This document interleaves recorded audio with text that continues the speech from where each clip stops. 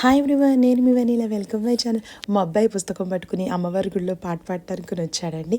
భజన జరుగుతుంది, భజన పాట పాడతానని వచ్చాడు. చూడండి ఎలా పాడతాడు.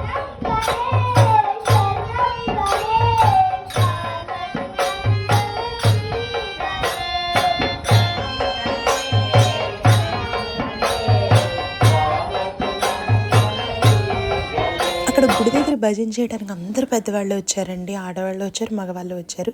కానీ పిల్లలు ఎవ్వరు లేరు. మా వాడు బుక్ తీసుకుని పాట పాడుతారని అందరూ ఆశ్చర్యపోయారు. ఫస్ట్ పాట బాగుంది, సెకండ్ పాట చూడండి ఒక్కసారి.